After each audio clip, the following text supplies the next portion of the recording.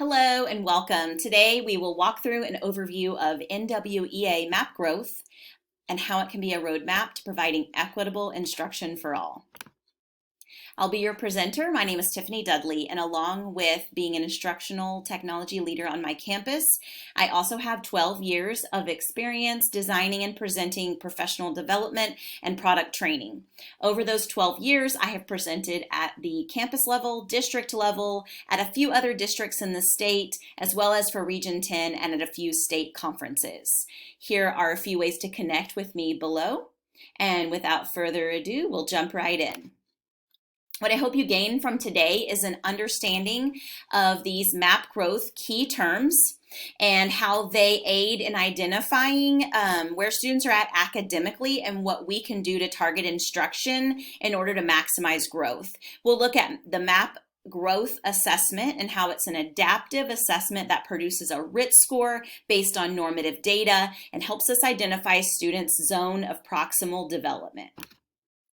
So what is map growth? Map growth is an assessment given at the beginning, middle, and end of the year, otherwise known as fall, winter, and spring administrations. It's an adaptive assessment, meaning that the test items displayed are based on student performance or the way that students respond. So as students answer questions correctly, the test levels up and gets more challenging, and as they answer questions incorrectly, it levels down, helping them to feel more successful and get answers correct before leveling up again. That makes the test flexible, independent of grade level parameters, so it can level up above grade level or below grade level in an effort to target what I like to call the sweet spot or the area of targeted instruction for students, the area it individualizes their strengths and weaknesses and tries to find that area where students are between where they are independent and where they might need some guidance and scaffolding so that you know where to design instruction. This allows you to make instruction more individualized in your classroom and really puts a focus on growth with all students. So how does MAP measure student growth? MAP measures growth based on the RIT scale, which is an equal interval stable scale used to measure student growth and achievement. So equal interval meaning that the difference between scores is the same across the scale, and stable because you can use the scores to compare student to student or to compare scores from the same student across several administrations of the assessment. So that fall, winter, and spring that I mentioned earlier. The RIT scale ranges from 100 to 350, and it is independent of age and grade level. So because it's independent of age and grade level, it allows you to track growth from year to year or over a long period of time based on normative data, right? So those RIT norms. Where do we get those RIT norms? The RIT norms establish typical student growth relative to other students. So the way that normative data process works is that norms are developed from a research study using an anonymous assessment data from over 11 million students. The normative data used to create the RIT norms was collected in this research study using a diverse reference population. That reference population was then given this assessment, the MAP growth assessment, and then the assessments were scored. Those scores are ranked, and then they are assigned a percentile based on what was observed as typical within this diverse reference group. As mentioned earlier, NWEA used over 11 million anonymous assessments as part of its norm reference group in order to accurately represent students across all grade levels in the nation. This establishes a baseline to measure and predict growth. It also helps to answer these questions.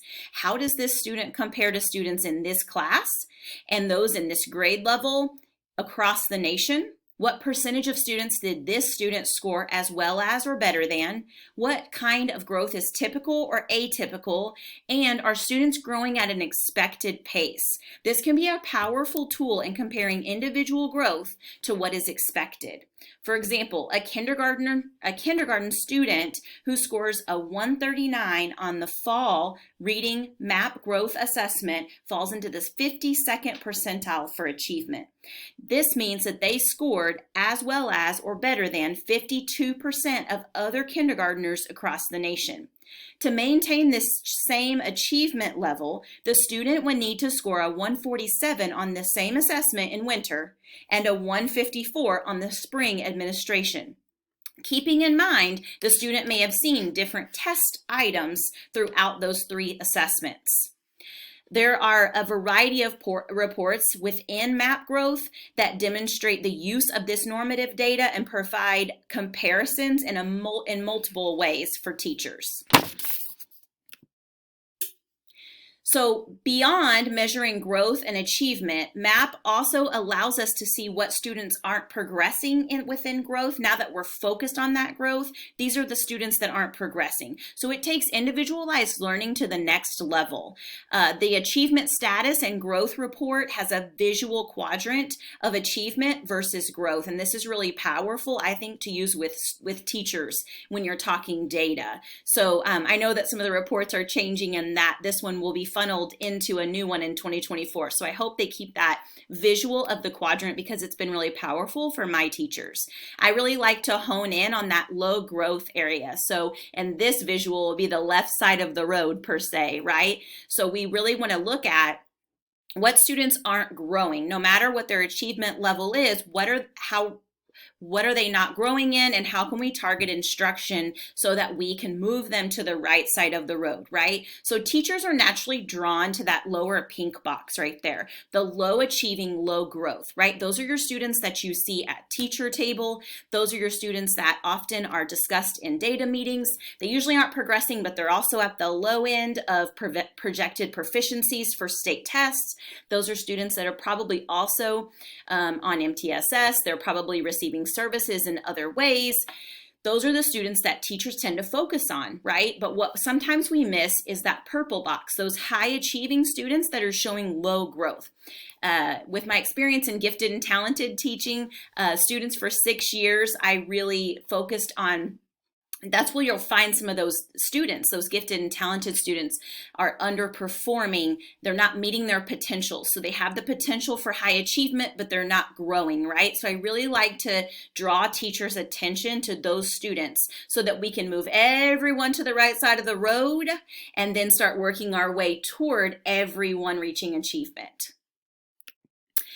Once you do this, you can, once you have identified students' areas of growth, then you can really hone in on what is their sweet spot. So we're going to circle back to that sweet spot, more formally known as the zone of proximal development. So the zone of proximal development was originally coined by Vygotsky, and it really represents that gap or that difference between what students can do independently and what they can't do yet, or what they can do, but they still need guidance and scaffolding with, right? So it supports solid goal setting and focusing instruction on what's attainable for students.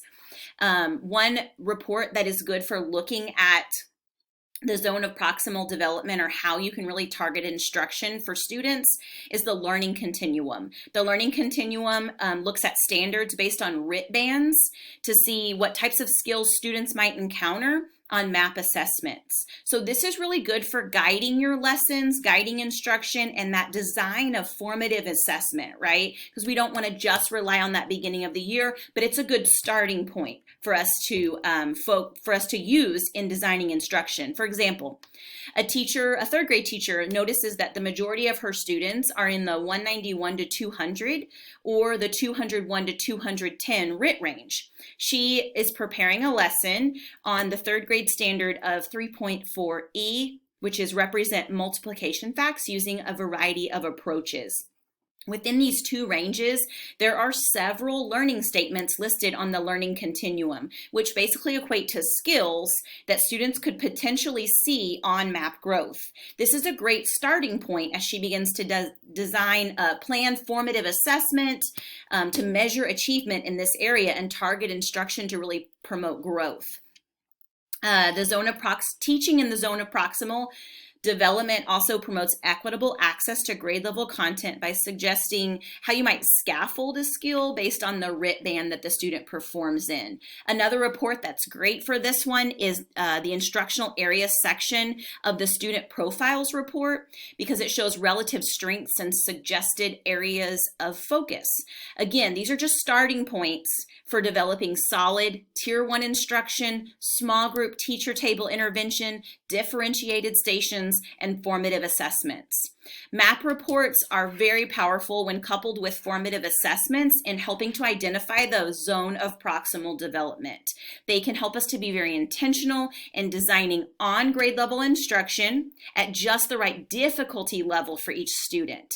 This builds a safe community. Students begin to understand that challenge and struggle are a part of the learning, when the learning is designed right at their level of appropriate challenge. This also builds confidence in them to learn at their own pace and to tackle appropriate learning challenges designed to target their sweet spot for that maximized growth. As we finish up, I hope you've been able to see how extensive the Map Growth product is and how it can help you leverage students' strengths and the classroom while encouraging growth for all. Thank you so much for this opportunity and for your time.